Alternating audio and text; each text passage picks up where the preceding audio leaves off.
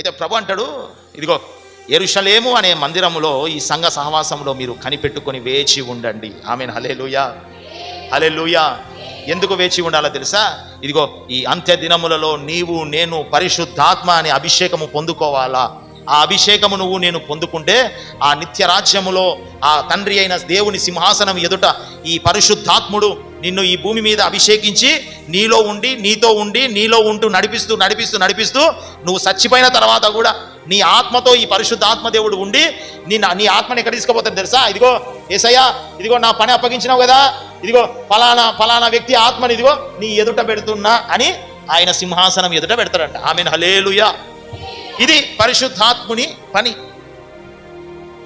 పరిశుద్ధాత్ముని పని ఇది. భాషలు మాట్లాడడమే కాదు, స్వస్థతలు చేయడం మాత్రమే కాదు, కళలు దర్శనాలు చూపించడం మాత్రమే కాదు. ఆయన ఏం చేస్తాడో తెలుసు? నువ్వు చనిపోయేంత వరకు ఆయన ఈ భూమి మీద